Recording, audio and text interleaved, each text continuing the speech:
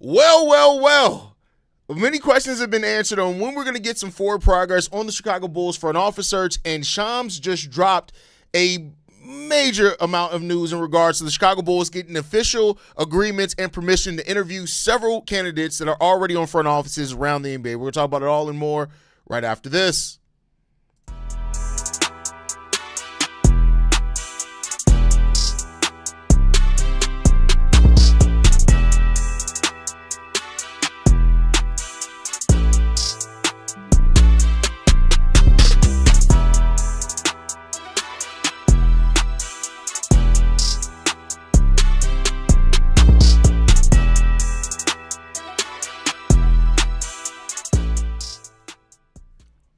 What's going on, Bulls fans? Welcome to another episode of Chicago Bulls Central, your number one spot for everything Chicago Bulls related. I'm the host there, Haize, but more importantly, you guys can follow the channel at Bulls Central Pod on every social media platform we happen to be on. With that said, let's go ahead and get into this content for today, y'all. We got news for our Chicago Bulls, one that I did not expect, or else I would have waited to drop the daily episode till this drop. But the Bulls have now officially started their search for the new front office. The Bulls have started the search process and have gained permission to interview Matt Lloyd with Minnesota, Detroit's Dennis Lindsey, Bryson Graham with Atlanta, Cleveland's Mike Gansey, and Dave Telep from San Antonio. Now, if you notice something, all of these guys are coming from winning teams. The Bulls are only interviewing candidates that are currently right now on winning teams. The only guy that's outside of that is an agent. We'll talk about that here in a second. When you look at Matt Lloyd, this is a guy that I marked as being a favorite here to land this position. He was a guy that started off as an unpaid intern with the Chicago Bulls, saw the last three-peat, worked all the way up until, I believe, 2009, 11-ish, somewhere in there with the Chicago Bulls before moving on and then going to a different route. He's now with Minnesota. He is the GM there, and he's had some success there as a GM. He's interviewing for the president. This was marked as head of basketball operations. That is the name of the role. Dennis Lindsey with Detroit is also one of the best recent rebuild stories around the NBA, right? You look at the Detroit Pistons and where they went from a 14-win season to being the number one seeded team in the Eastern Conference right now, building their team around young players like Cade Cunningham and Jalen Duren, as well as other young players that are there. They've also been a team that has taken on bad contracts to stack draft picks. They've done it very well. They've done it consistently, and they did it with a vision. So that's another team. Bryson Graham there with Atlanta. You look at Atlanta and, the way that they moved off of Trae Young, and got Jalen Johnson in there, got Nickeil Alexander-Walker in there, Asa Newell made the trade, for Jonathan Kuminga, who's, not healthy for that team. But Atlanta's been a team that was stuck in the play-in for a long time, much like the Chicago Bulls. But they got themselves out of being stuck in play-in area, and they didn't settle like the Chicago Bulls have many times about being a team that's just in the middle of the pack. They made moves, they got smart moves, and they did things to help get themselves out of the hole that they were in, and they did not just settle for being a playing team. Now, I have some issues with some of the things that they've done as far as the franchise not moving off. I think they didn't move off of Trae Young when they could have gotten the best value, but they still did it. And they didn't get terrible value back for Trae Young, but they didn't get the value had they had moved off of him a year or two early. Once it did, you kind of started seeing that it was kind of obvious that Trae Young did not fit in with the young guys. You had the rise of Jalen Johnson, other young players. They did also make the DeJounte Murray trade. I'm not sure if Bryson Graham was there when they made that trade, so I'm not sure if he could have not even been in power when that happened. I'm not sure, so I'm not even going to speak to that. Then Mike Gansey with Cleveland. Cleveland's been a team that has done it through a mix of their own draft selections, right? Like, even though they traded him, Darius Garland was a player that they drafted. They made a trade for Jarrett Allen, Evan Mobley they did draft, but then they also have made trades, right? So they traded for the Donovan Mitchell. That really was the kind of the trade that really took them to the next level in a lot of ways if you look at it. But they made that trade. And so this is a team that's built consistently over years. They're a winner. There's no doubt about that. Now, the disappointment around the team is real, right? I think if you ask a lot of Cleveland Cavaliers fans, they have been disappointed in the team and not necessarily having the success that they in the postseason that the roster and the payroll says that they should have.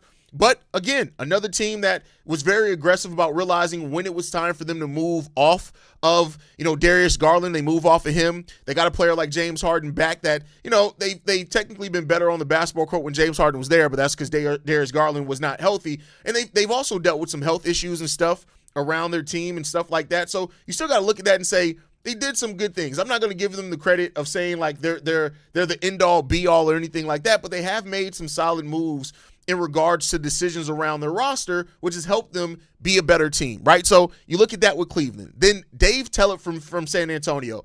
Listen, the San Antonio organization is an organization that just does it right. They do it right. They've done it right for a decade, for 2-3 decades when it comes down to it.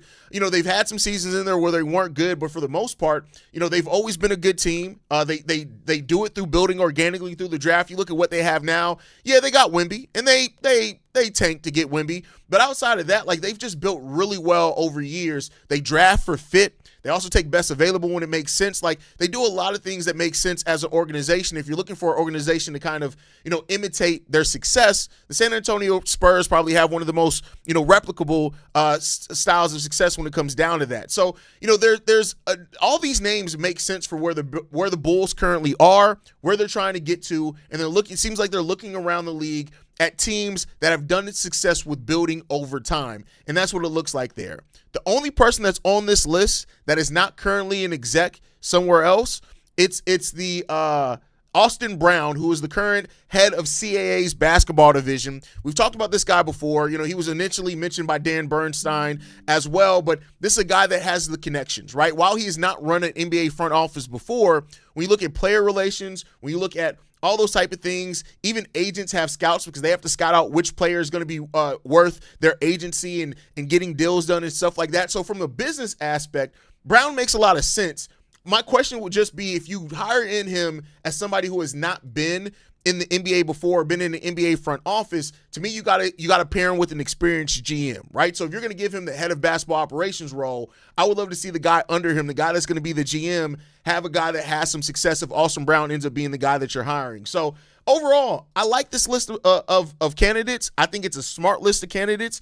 All people that make sense for the Chicago Bulls, that have had to do things, and I don't hate it. I don't hate it at all. If you're able to steal somebody away from San Antonio to come to Chicago, and I want to be clear here, though. The person that I still think is the favorite is Matt Lloyd. And the reason why, the Reinsdorfs are familiar with him.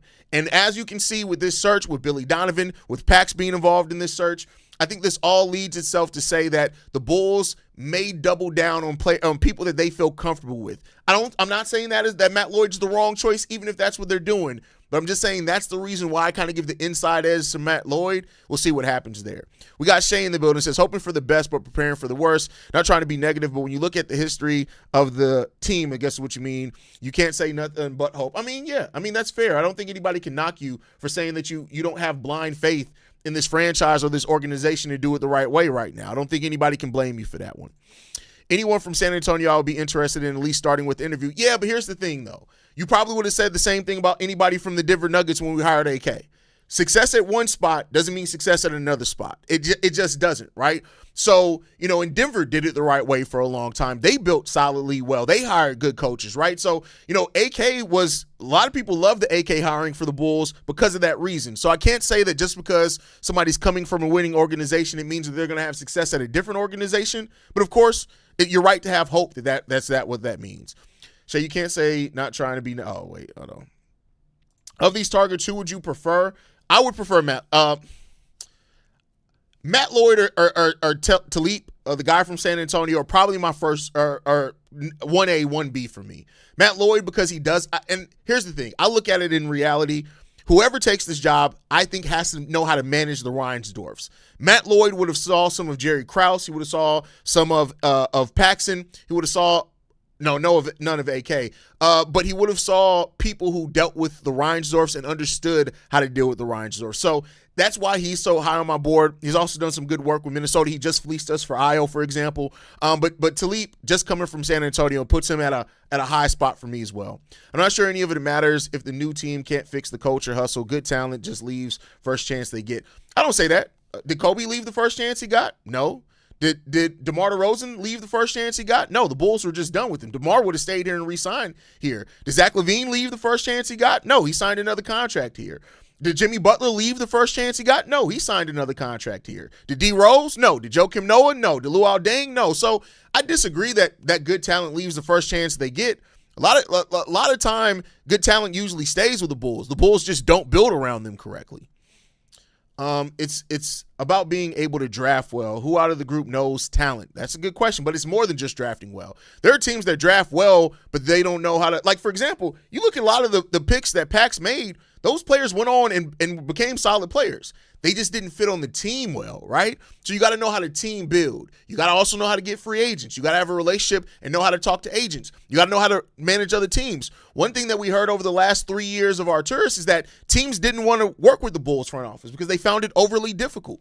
So that also limits the mobility that you can move, right? So there's a lot of that there. So, you just got to look at it's more than just drafting. Now, drafting is important. If you draft well every single year, you got the leg up. So I'm agreeing with you that it's definitely part of needing to do this job right is you have to be able to draft well. There's a lot of other things that go into it also.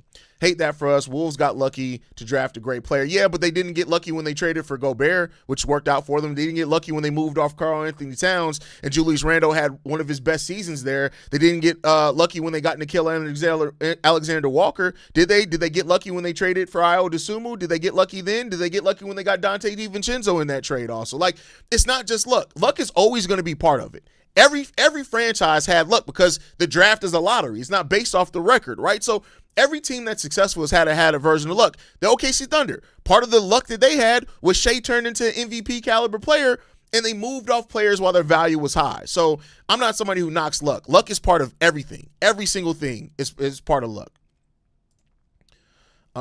This GM from San Antonio, he was bringing his own staff, needed to know how much power he's going to have. We'll see. We'll see. You can't answer the question on anybody bringing their own staff or how much power yet because we just don't know, right? So we'll see. Vern says, "What up, Haize? Do you want who do you want? I guess is what you mean as head coach. All signs point to him being elsewhere, and I disagree with that. I don't think all signs point to Billy Donovan being elsewhere at all. So, but I've been clear. I've been said this for a long time. The person I want as the coach is Chris Quinn. That's who I would, if I had my choice, that's who would be the coach, is Chris Quinn.